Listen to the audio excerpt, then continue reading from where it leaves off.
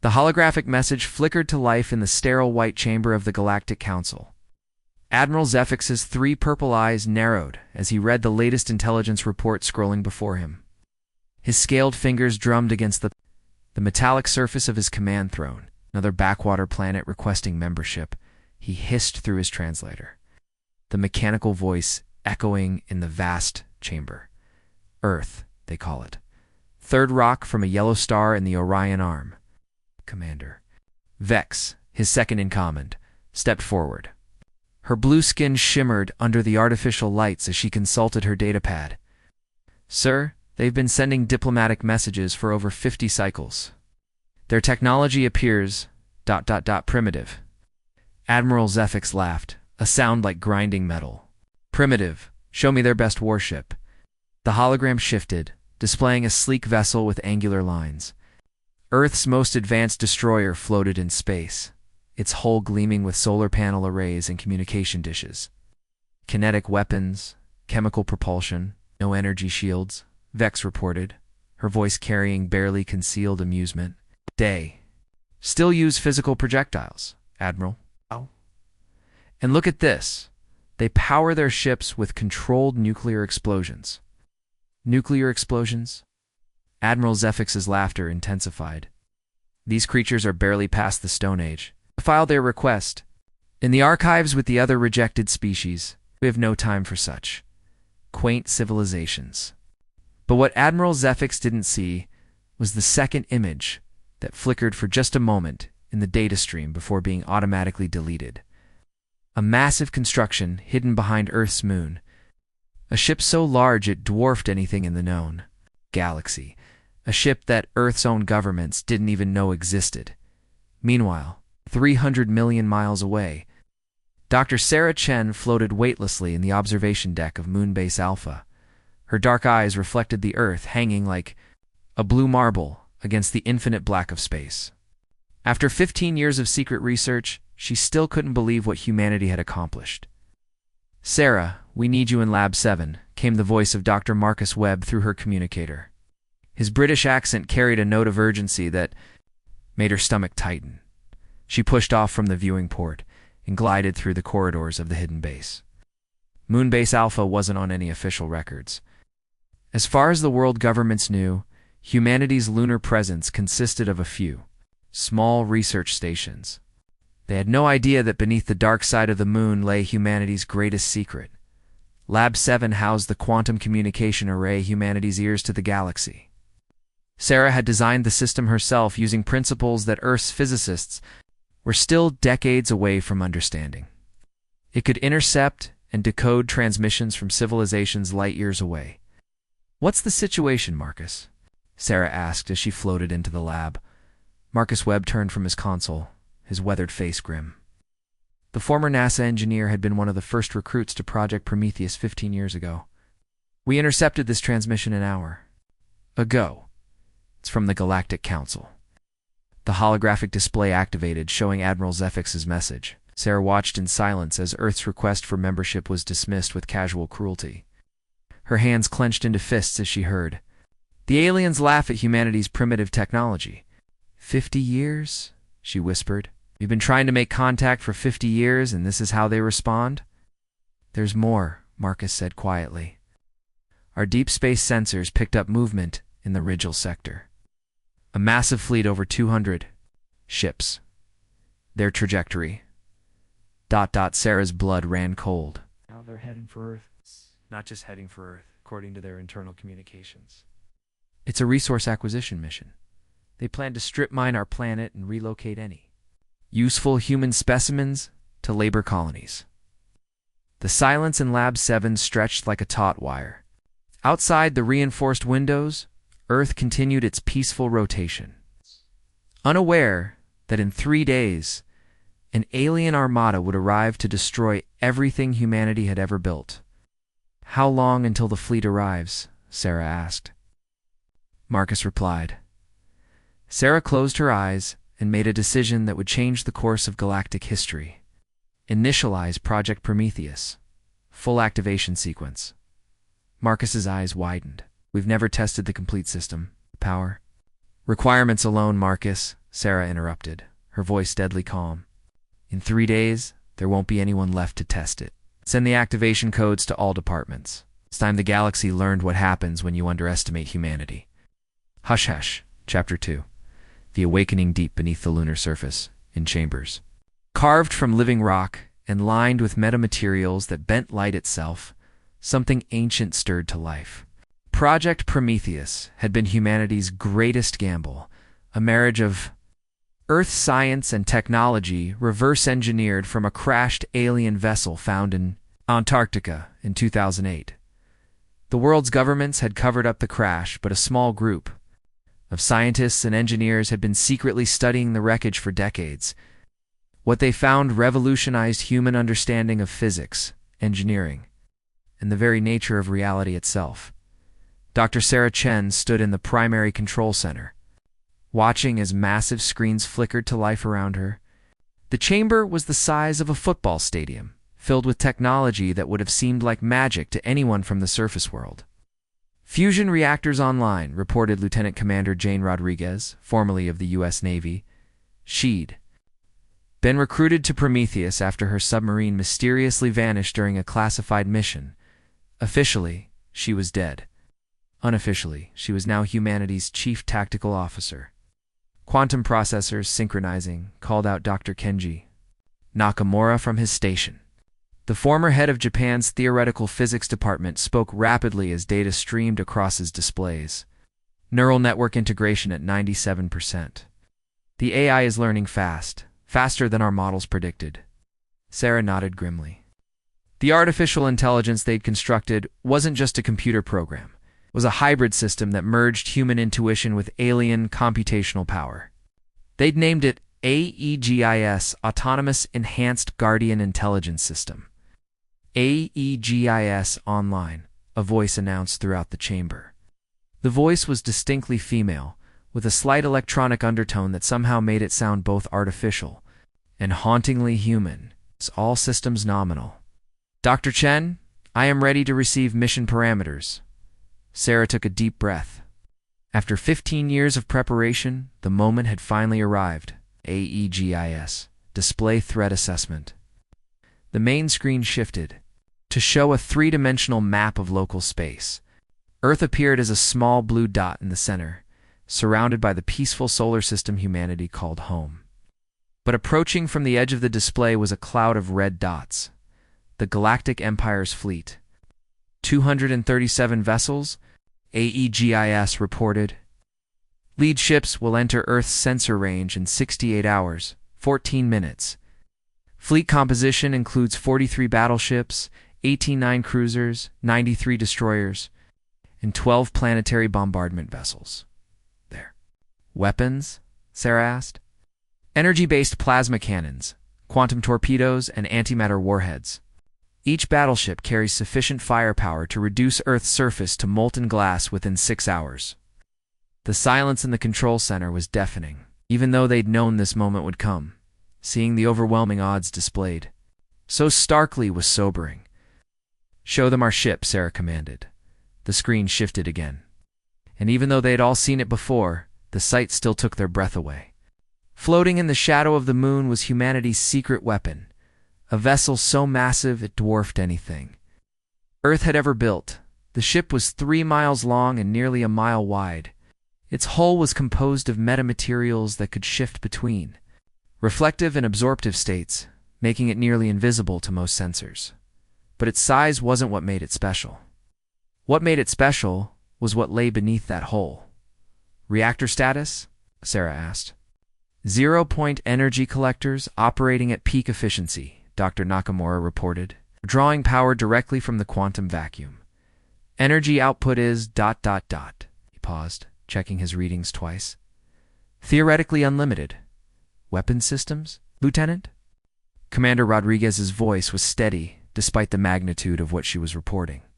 "Primary weapon array consists of 12 quantum disruption cannons. Secondary systems include gravitational pulse generators and temporal displacement missiles. All systems are untested at full power." Sarah nodded. The weapons were based on principles that the alien wreckage had taught them, ways to manipulate the fundamental forces of reality itself. They could tear apart matter at the atomic level, create localized gravity wells, or even slightly shift objects through time. AEGIS, Sarah said. What's our probability of success against the incoming fleet? The AI was silent for several seconds, an eternity in computer time. Unknown. The Empire's fleet significantly outnumbers us.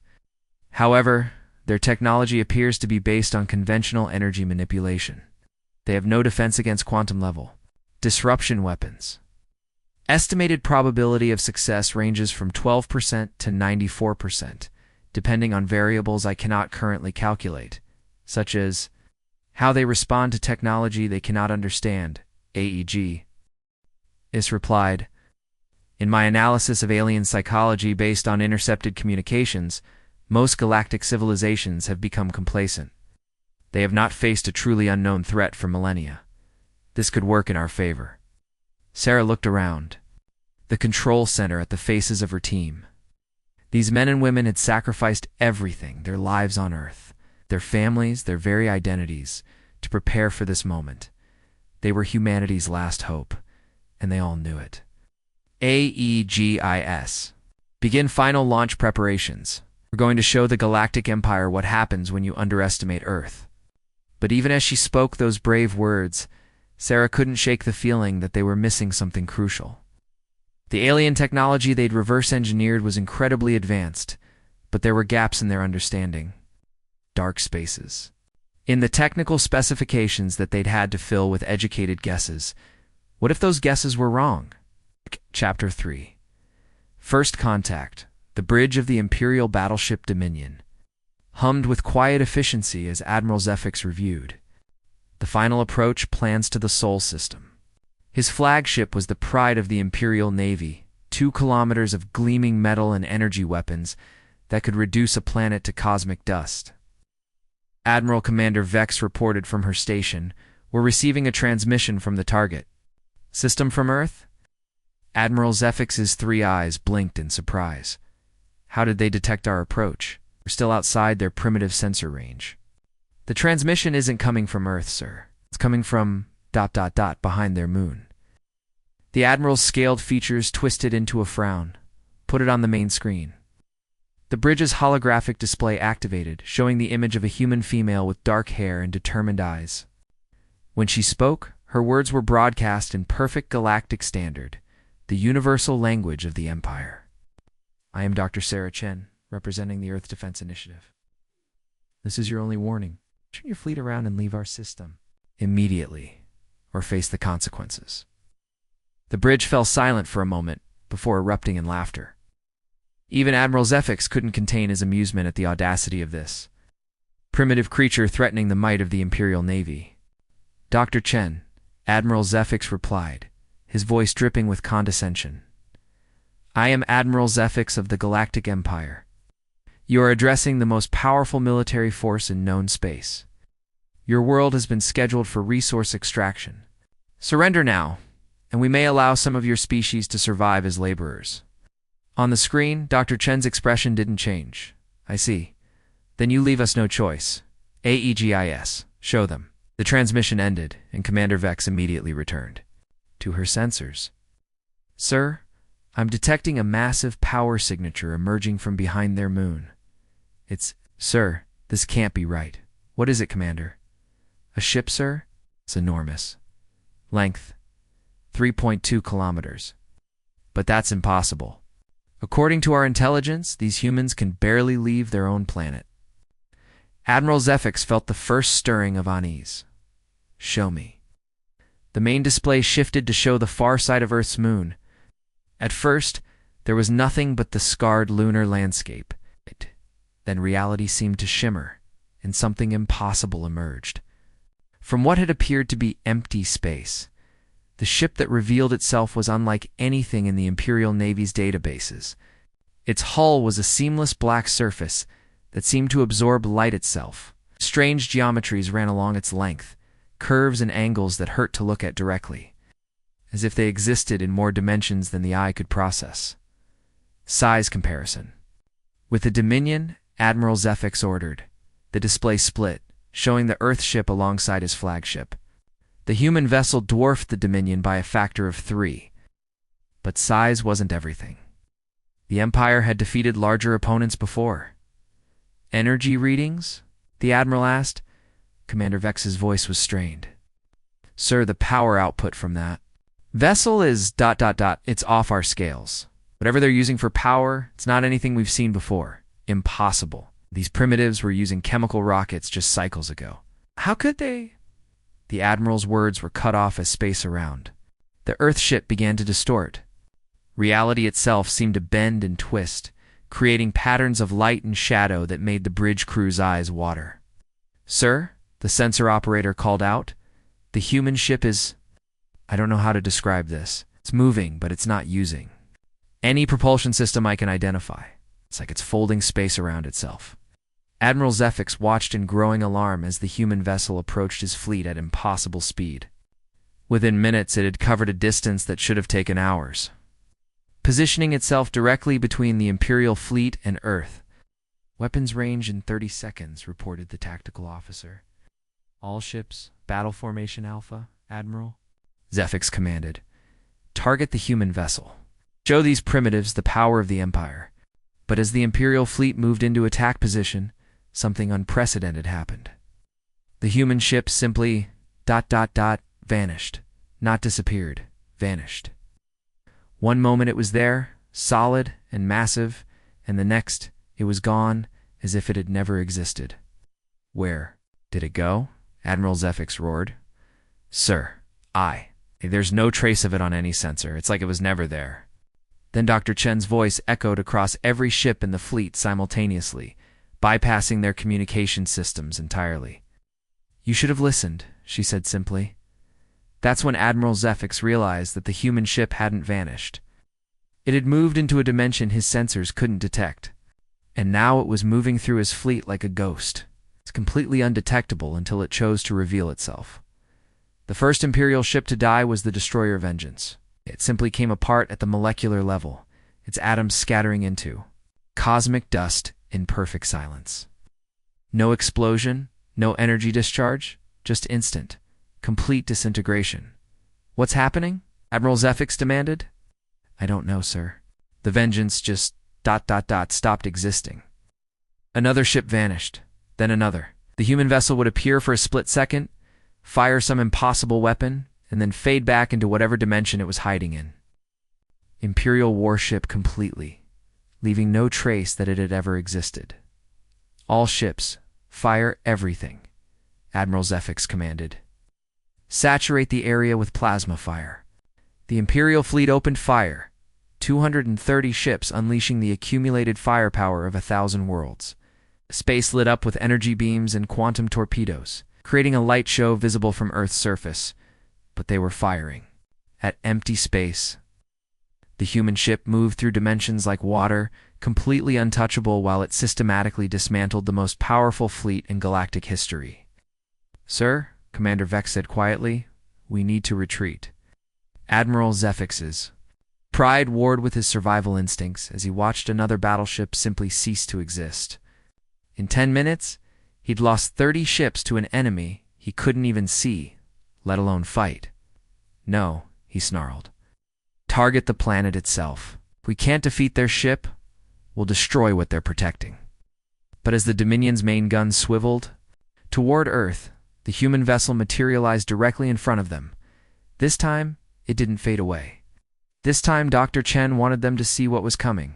Admiral came, her voice over the communication system. You just made a very big mistake. Chapter 4. The price of arrogance. The bridge of the Dominion fell silent as the massive Earth ship hung motionless before them, its impossible geometry casting shadows that seemed to move independently of any light source. Admiral Zefix stared at the alien vessel, his 3 eyes trying to process what he was seeing. How are they doing this? He whispered. Commander Vex's hands flew over her control console, analyzing every sensor reading she could gather. Sir, the energy patterns coming from that ship. They're manipulating fundamental forces. Gravity, electromagnetism, even the strong nuclear force. This isn't just advanced technology. They're rewriting the laws of physics in localized space. Admiral Zefix's blood ran cold. In his 2 centuries of military service, he'd never encountered anything like this. The Empire's technology was built on energy manipulation and matter conversion, powerful, but still bound by the same physical laws that govern the rest of the universe. What the humans were doing was something else entirely.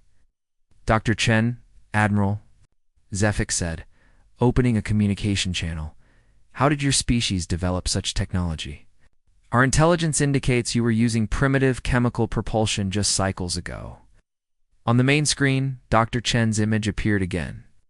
But this time, Admiral Zefix noticed something different in her expression. She looked ... sad. What? Want to know how we did it? Dr. Chen asked. 15 years ago, one of your ships crashed on our world. The pilot was already dead, but the technology ... the technology taught us things we never imagined possible, Admiral. Zefix felt his heart skip a beat. 15 years ago, the long-range scout vessel Seeker had disappeared in this sector while mapping primitive worlds for future exploitation. They'd assumed it was destroyed by an asteroid or system malfunction. We tried to make contact, Dr. Chen continued. For 50 years, we broadcast messages to the stars, hoping to find others like us, hoping to join a galactic community. And how did you respond? By laughing at us. By calling us primitive. By coming here to strip mine our world and enslave our people. The truth hit Admiral Zefix like a physical blow. The Empire's own arrogance had created this threat. If they'd simply acknowledged Earth's requests for contact, if they'd treated the humans as potential allies instead of resources to be exploited, it doesn't have to end in war, Admiral Zefix said, his voice lacking its earlier confidence. The Empire could reconsider Earth's application for membership. There could be a place for your species among the stars. Dr. Chen's laugh was bitter. Now you want to negotiate? After you've already sent a fleet to destroy our world? I'm afraid it's too late for diplomacy, Admiral. What do you want? Admiral Zefix asked. I want you to understand something, Dr. Chen replied. You see us as primitive because we use kinetic weapons and chemical propulsion, but you don't understand what those technologies represent. They represent a species that had to fight for every inch of progress, species that learned to work together despite our differences because survival depended on it.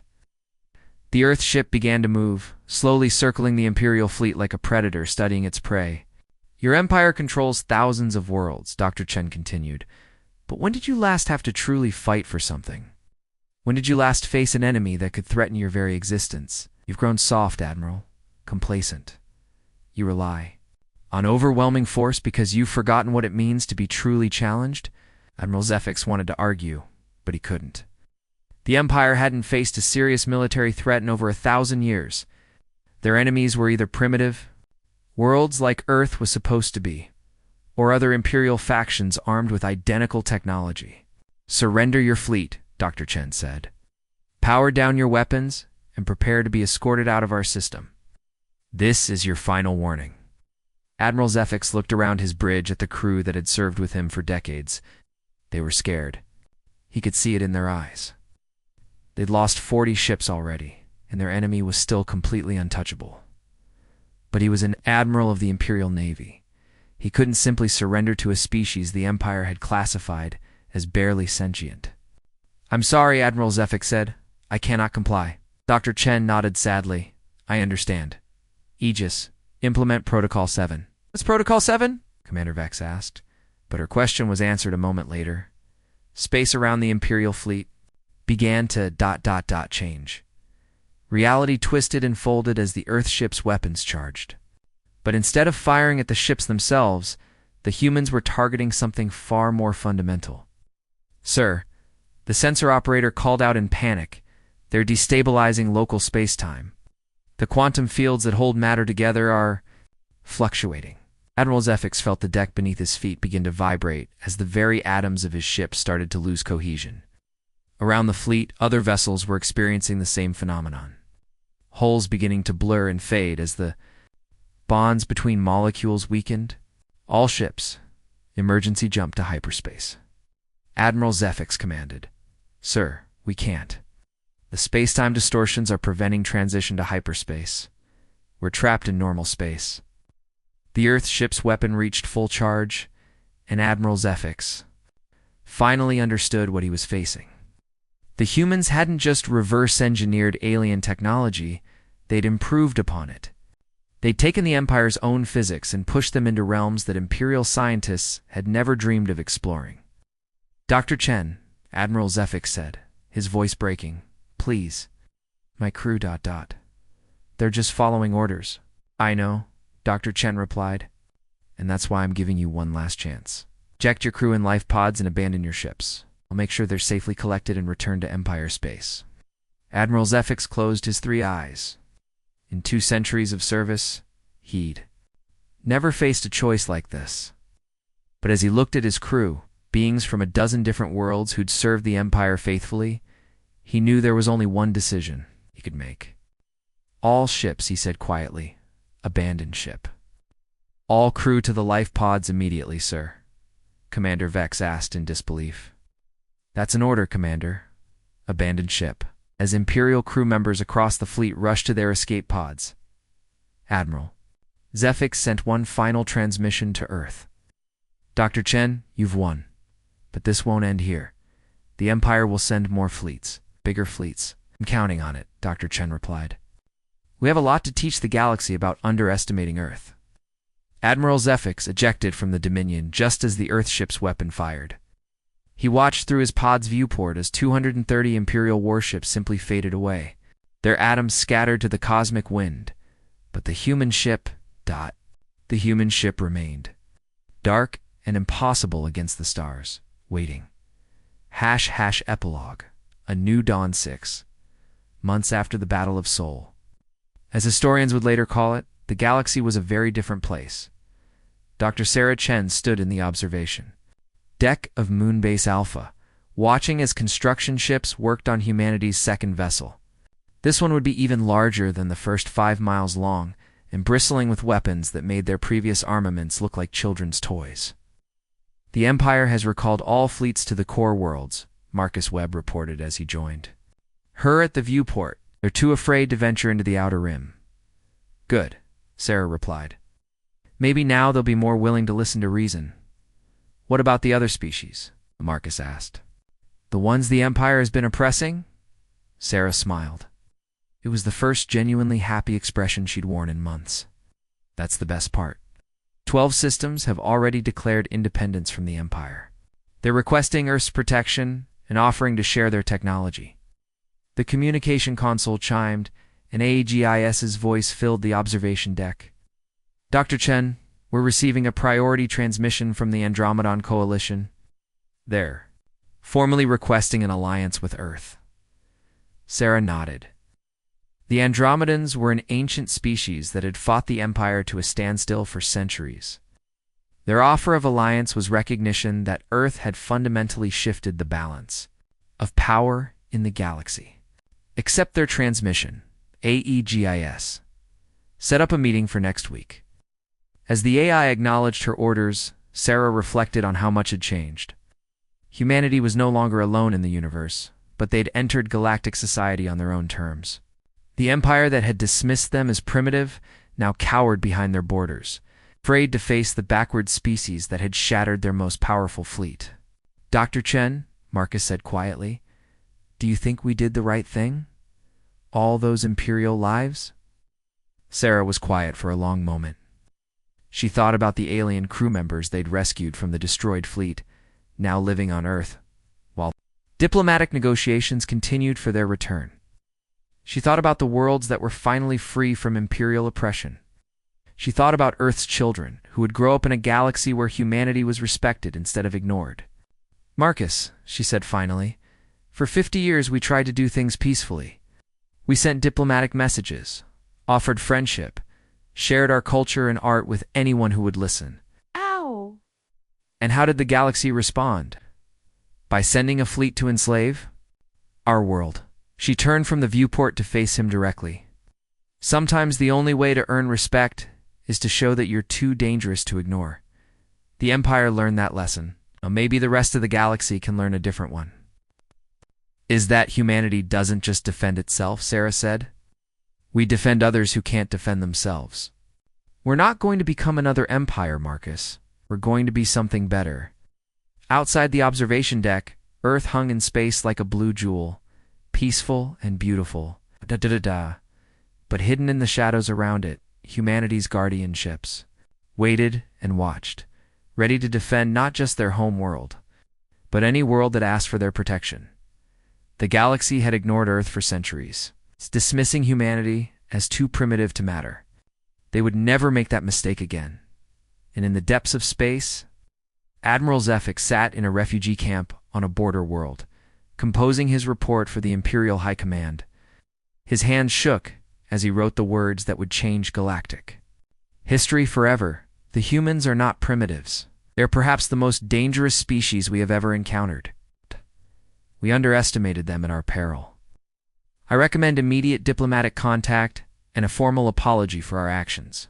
Because if we continue to treat them as enemies, I fear they will do to us what we have done to so many others throughout history. They will make us extinct. But somewhere in the dark between the stars, Dr. Sarah Chen was already planning humanity's next move. The galaxy was vast, and there were so many species still suffering under the Empire's rule. It was time for Earth to introduce itself properly, and this time, the galaxy would listen.